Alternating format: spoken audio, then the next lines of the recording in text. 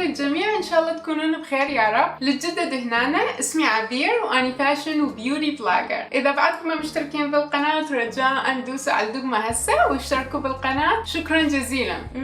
طبعا اليوم الصبح قعدت وهاي المنطقة الجو عيوني جدا غامقة، فرأسا فكرت بهذه الوصفة اللي هي دائما تنقذني. احب اقول لكم بسرعة عشان صارت عندي هذه الهالات الغامقة وشنو سويت هذا الاسبوع. للي ما عنده وقت ويحب يشوف الوصفة رأسا مشوا الفيديو لهذا الوقت اللي تشوفوه على الشاشة. هذا الخميس الفات رحنا سفرة عائلية الكيب ماي. طبعا هي منطقة ساحلية ما معروفة هواية بس جدا جميلة، تصير على المحيط الأطلسي كلش قريبة من نيويورك سيتي.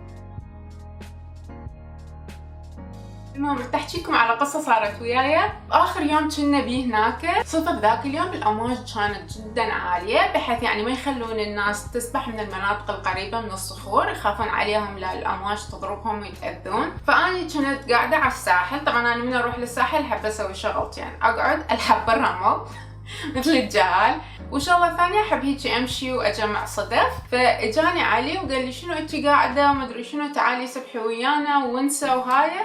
المهم قنعني ما أعرف شلون، دا أسبح هيجي إجتني موجة قلبتني اللي جوا وطبيت جوا المي. فمن هدأت أو راحت حاولت أسبح دا أطلع، يعني صرت قريبة من السطح، إجتني موجة ثانية وهم أنا قلبتني اللي جوا. دا أطلع الثالث مرة وهم نفس الشي موجة ثالثة، يعني بحيث صارت عندي لحظة حسيت دا أموت، لأنه بقيت فترة ما أعرف إيش قد دقيقة أو أكثر أقل أو جزاني بس مجرد خفت، فما أعرف شلون حسيت علي صار بصفي. فهيجي خرمشته بأظافيري وهو جرني رأسا. طبعا من طلعت من المي يعني مخروعة خرعة، رحت رأسا قعدت على الرمل وقلت لهم بعد لحد لا يحكي وياي. يعني ورا ما ارتاحت وشربت مي وهاي درت وجهي دبا على الكراسي وغراضنا هناك. تعرفون الكراسي والشمسيات والغراض عادة نخليها بعيدة عن المي. تخيلوا الموجة وصلت للغراض ويعني المي كله والرمل فات بنص جنوبتي بتليفوني وبمكياجي وكل الغراض. فيعني هذا اليوم طلع من خشمي. من رجعت للبيت بالرغم من انه جنوبتي هي يعني جلد، بس شو اسوي، غسلتها بمي وصابون وغسلت غراضي وما ادري شنو. يعني دا نتحضر الثاني يوم حتى نرجع للبيت، هم ظليت متأخرة كلش لليل. وصلنا البارحة الساعة تقريبا 11 بالليل، جدا تعبانة بس اضطريت انه اخذ شاور وابدل. وطلبنا بيتزا. اما نمنا كان الساعة تقريبا 2 الصبح، وهم قعدت اليوم كلش من الصبح. فدرسي لكم من هذه التجربة ناموا زين، لانه النوم له علاقة كلش كبيرة بالهالات السوداء. وهسه تعالوا وياي وخلينا نسوي الوصفة سويا. حنحتاج ملعقتين من القهوة، ملعقتين من الشاي الأسود، ملعقة من الموتشا باودر أو الشاي الأخضر.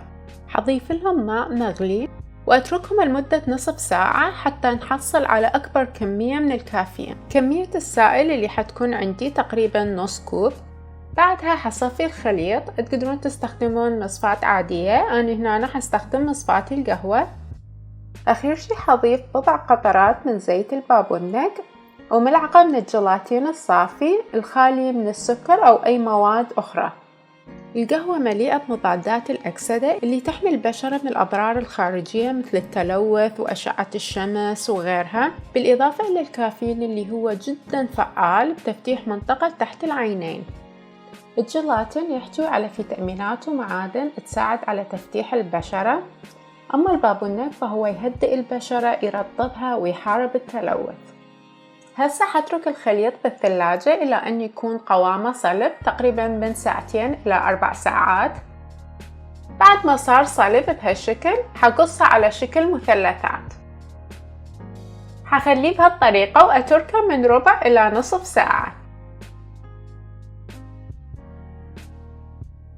اكو فقرة جديدة حتصير بالفيديوهات. طبعا مشكورة صديقتنا تبارك، تركت اقتراح جدا جميل وكلش عجبني. قالت ليش ما احنا ندزلش مواهبنا والاشياء اللي تسووها، واني اسوي فقرة خاصة بالفيديوهات واعرض بيها مواهبكم. طبعا هاي الفكرة جدا جدا عجبتني، لانه اني كلش تعبانة بهاي المواهب الفنية، فكلش احب الناس المبدعين واللي شغلهم مميز. السبب الثاني انه اني حقدر ادعمكم بهاي الطريقة واتقرب منكم اكثر واشوف شغلكم.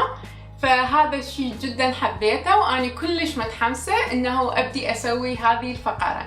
فإذا عندكم أي موهبة، غناء، رسم، ميك اب، قناة على اليوتيوب، حساب للأزياء أو الفاشن على انستغرام، دزولي إياه على إيميلي هسه اللي تشوفوه على الشاشة، وأني حعرضها بالتسلسل اللي تصلني بيه الإيميلات. يعني أول إيميل يوصلني حيكون أول شخص بهذه الفقرة. فيديو الأسبوع القادم حيكون عن وصفة طبيعية لتقوية الشعر، جدا حتعجبكم.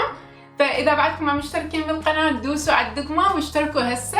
وإذا عجبكم فيديو اليوم رجاء حبايبي لا تنسون اللايك، ومثل كل أسبوع دير بالكم على نفسكم، اهتموا بروحكم، وأشوفكم على خير إن شاء الله. باي حبايبي.